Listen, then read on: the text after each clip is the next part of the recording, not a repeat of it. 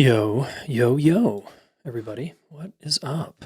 All right, today I want to talk about behavior change. How do we change our behavior effectively? And a lot of shoulds this time of year. Early in the year, there's a lot of like, oh, I'm going to get in shape. I'm going to get my relationship life together. I'm going to make more money. I'm going to blah, blah, blah, right? Very common. And it's so sweet that we have these aspirations and intentions as we start out the year. But the reason I want to drill down into this more is so that you can be more successful in your life, in whatever your goals are. Okay. I want you to succeed in your goals, with your goals. Okay. What I learned many years ago from my mentor, Dr. DeMartini, who's been on the podcast many times, is that to change your behavior in some area of your life, you're going to need to change your values. And in my book, Getting to Zero, there's a whole chapter on changing your values and how to do that. I should grab it right now. And I call it the compass exercise. John just calls it your hierarchy of values, which is perfect. And I call it the compass because it's the direction you're headed in life. And I'm sorry, I'm looking for it here. Okay, cool. Chapter 8 in my book, How to Resolve Your Inner Conflict. Very, very important chapter in my book. So let me back up for context. As you were growing up, your parents and your culture, your church, your neighbors, your friends helped shape your values. Your values are shaped by other people's values, and then your negative and positive experiences. So, for example, growing up, my parents, particularly my dad's values, were about sports and winning and status and being seen as like you're a winner and you're going to achieve all these sports accolades. So I learned from a very young age to value those things, but they weren't my values. My values, my deeper, true values, were about social relationships and relationship in general. And that was like kind of latent in me, and it was sort of or nascent, and it was hidden. But I was always on the lookout for social dynamics and friend groups and trying to climb social ladders and trying to not get hurt and avoid getting bullied and et cetera, right? So I had a high value on relationships inside of my own heart, but externally you wouldn't have known that because I was behaving in ways that subordinated to my parents' values and my parents' sort of way. And part of my parents' values were about making yourself look good with other people. So that means hiding your shadow, hiding parts of yourself that might not be socially acceptable, hiding out so that you can have friends, so that you can have people like you and look up to you and et cetera, right? You might have grown up in a family that valued school and intelligence and working hard at school and getting straight A's. And because that got you your parents' approval. So you got really good at school. And that got you relationship. It got you praise. It got you affection. It got you attention. And it got you less pain, right? So kids learn really quick what gets me more pain and what gets me less pain. And they start to their values start to get shaped around that. So strangely, relationships are driving people's values a lot in their childhood. We want to avoid pain and we want to stay in favor with the big people and the social group. So we will abandon ourselves and start to develop strategies to get connection and avoid rejection. Very basic, right? And I cover this again extensively in my book. So you've got to be honest about where your values come from. So as you start to get in shape in the new year and you're like, ooh, I want to go to the gym. And I love this. I use this metaphor a lot. And I apologize if I'm repeating myself, but it's so good, right? The gym person that buys the gym membership and then 2 months in, come February, March, they stop going. Or they start a new diet or a new nutrition plan or whatever. And they just fall off the horse. And we all do this. And what's going to help us be more successful and lead to more effective behavior change in ourselves is changing our values.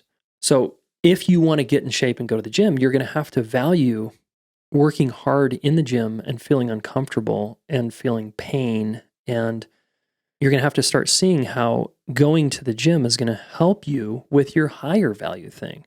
So let's break down an example. So if we take your top 3 or 4, let's say 4 values, and we say that you getting in shape is, or doing the diet or whatever, is lower on your values. And let's say it's number 4 or 5 in your hierarchy of values. If that's true, and let's say number 1 is your work or parenting. So for a lot of mothers, for example, their highest value is being a mother, being a parent, and being totally there for their kids. Or for someone else, it might be their job, their career, their mission in life, what they get paid for, what's most fulfilling to them. That might be their highest value. But let's say in both of these examples, neither person, work or parent, has a high value on getting in shape, fitness, health, etc. It's low. So to raise it up their value hierarchy, and it needs to be in the top 2, really, if you want to change it, probably top 2 to be most effective. Top 3 could work, but it's going to take you longer. You're going to have to see how going to the gym, doing the diet, getting on the new fitness program, valuing your health more is going to help you be a better parent or be a better boss or team member at work, or get more done at work or make more money at work. You have to see how it's actually going to positively benefit the highest value thing. So how is getting in shape going to help you not only be a better parent, how's it going to help your kids? Well, you're going to model to your kids how to take care of your body, how to take care of your health, right? That should be incentive. It's like, cool. And you start making what John calls links, or I call bridges. You build a bridge from lower value things to higher value things, and you start connecting the dots, because a lot of people see the gym. Like when I used to not go to the gym, for example, or not focus on my health, I thought it took too much time away from my other value things. Like, oh, and it's in the way, not on the way. It's a pain in my ass. Oh man, I'm going to have to read. I'm going to have to study. I'm going to have to hire a trainer. It's going to cost me money. Oh shit. And I start seeing all the negatives, and all that's friction, and it's going to keep you from changing your behavior that you want to change, right?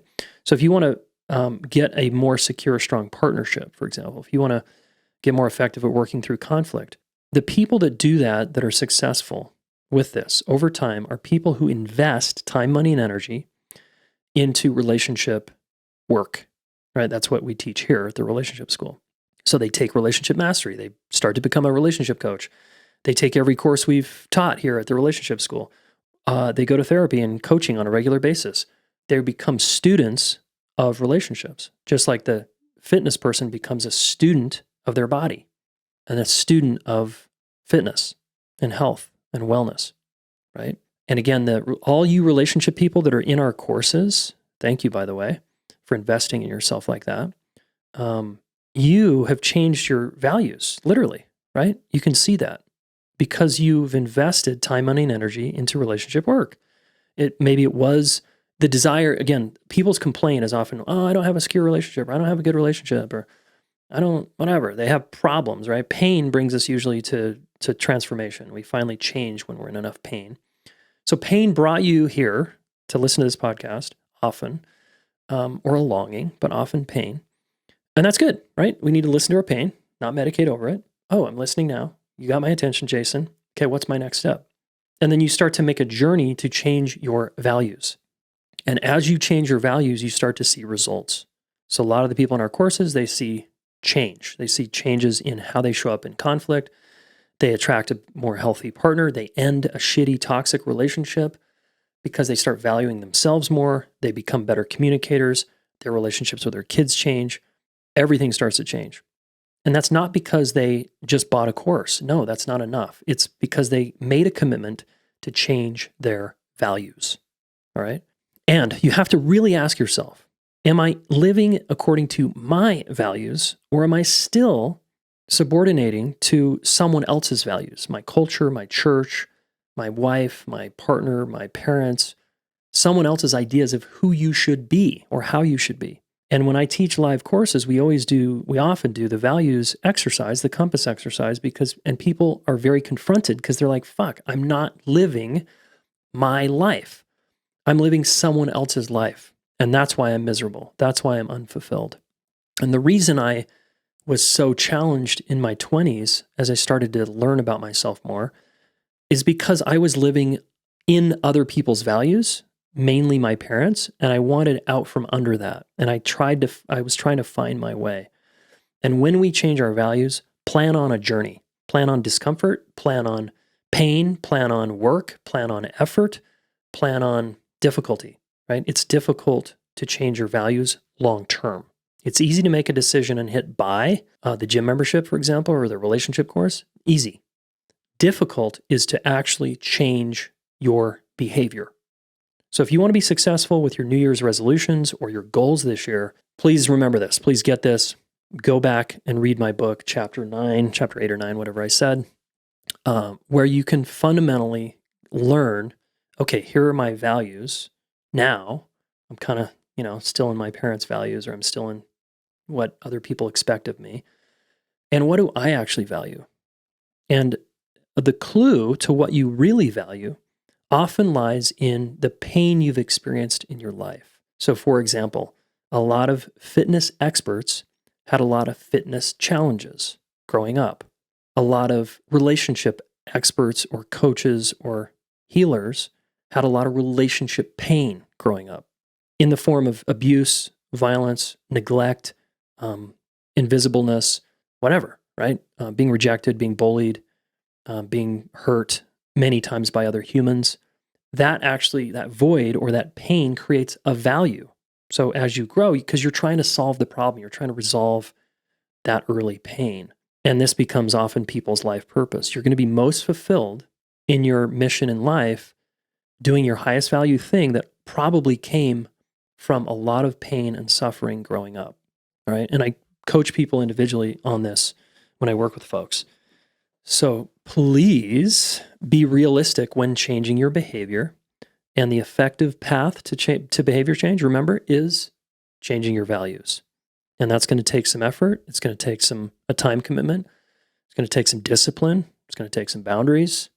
All right. And ideally, you're going to enroll other people in changing your values. So you can tell other people, hey, I'm becoming a relationship coach, or hey, I'm becoming a fitness coach, or hey, I'm becoming a nurse, or I want to shift careers, or I want to get in shape, or I want to make more money, or I want to pay off my debt. Well, you're going to have to change your values.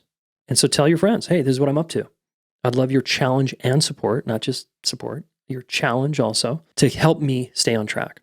And this is why we hire coaches and therapists sometimes, right? If we don't have friends that will hold us accountable, we hire someone to hold us accountable. Yeah. For example, I want to do more speaking in 2023. And by the way, if you have an event that you'd like me to speak at, please reach out to us. So I have to change my values. I have to reorient, and I have to learn and get better at the art of speaking. I do it a lot, but I want to get better. Yeah. And I want to have fun doing it. So I'm going to have to change, a lot of things. I'm going to have to primarily change my values. Excellent. Okay, everyone. Good luck on those goals. Rock it out this year and do it by changing your values. Okay, your action step, of course, is to, you always want the action step to be in relationship with one other person. So maybe go reread chapter 8 or 9 in my book. If you've already read my book, if you haven't read it, pick it up. It's actually chapter 8. Just double checked. Okay, go read that chapter. And then do one small step from that. Do the exercise in the chapter and actually do it to completion, and then share it with a friend or a partner. Okay. And you're on your way. All right, folks, thanks, and we'll talk soon. As you know, I've dedicated my life to helping people with their relationships, right? I want to solve this problem so that all of you can work through your differences and have fulfilling, amazing, badass partnerships and relationships, family, coworkers, friends, whoever. And I have trained a ton of relationship coaches, almost 100 certified relationship coaches, to help you specifically work through your relationship challenges. So I want to invite you to a special deal we're offering to the podcast listener, where you can get 50% off your first month of coaching with one of our amazing relationship coaches. Okay, if you're tired of therapy, it feels like that's going around in a circle, or you want to actually set goals and accomplish your relationship goals, hire a relationship coach. Okay, go to relationshipschool.com/get coaching now, and then use the coupon code FIRST50 to get the 50% deal off your first month of relationship coaching. Super psyched to have our amazing coaches serve you and help you get to the next level. Hey, thanks so much for listening. Please subscribe to this YouTube channel. Share one of these videos with a friend. We want to help the planet get their act together around relationships, and you are one of them, so thank you.